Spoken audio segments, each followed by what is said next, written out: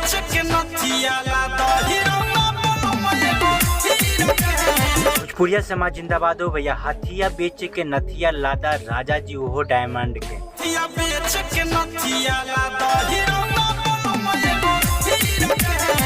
भैया हो अवधेश प्रेमी का गाना आयल बा। भैया हो कहल जाला अवधेश प्रेमी कितनो अच्छा गाना गा लेवे वो एकदम वायरल बिल्कुल नहीं होवेला। और वही अवधेश प्रेमी उल्टा सीधा लंद फंद गाना गावे शुरू कर देवेले तो वह एकदम ट्रेंडिंग में पहुंच जाला। सही बात है भैया। भैया वो अवधेश प्रेमी का गाना आवेला हथिया बेच के नथिया लाजा राजा जी ओहो डायमंड के। बिल्कुल गाना नहीं के बजल बा भैया। आप लोग कह रहे बाड़े गनमा का चीज़ पे आयल बा, बे म्यूजिक से आयल बा भैया, सबसे बड़का कंपनी से आयल बा। जे कि भैया अवधेश प्रेमी अपना कंपनी से डालते, अवधेश प्रेमी ऑफिशियल चैनल से डालते तो कुछ हो सकेला। लेकिन भैया वो अश्लील रहे तो हो सकेला, अश्लील गनवा नहीं खे तो नहीं हो सकेला भैया। एकदम बिल्कुल एकदम सीधा साधा गाना है। काहे कि भैया अवधेश प्रेमी यादव खुद गनमा के लिखले बाड़े तो भैया वही गनमा तो हिट होवे के चाहिए, लेकिन हिट नहीं के होल।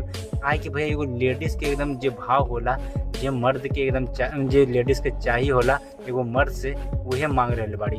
भैया कह रहे बाड़ी कि हमके नथिया लादा वो डायमंड के हथिया बेचदा और ठेकेदारी के जितना भी पैसा है सब हमरा में खर्चा करदा एक करे का करब इतना कमा के। और भैया एकदम गर्मी में हम जंजीरा पिलाएब, खूब सेवा संस्कार करब, जब तक जियब जब तक तोहरे साथ रहब, और मरब जियब तोहरे साथ।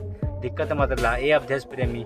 खीरा बाद में खइया, ककड़ी बाद में खइया, और हमके पहले नथिया लादा हथिया बेच के और सब कुछ तोरे साथ करब, जिया मरब। भैया एकदम लड़की के जो भाव है उसने भाव बहुत अच्छा गाना है, जाके सुनी और हमरो प्यार दुलार दे भैया। लाइक सब्सक्राइब शेयर करेगा कि भोजपुरी का नंबर 1 बनावे का भैया। गनमा में एकदम कहानी के नंबर है, जाके सुनी, हमरो प्यार दुलार दी।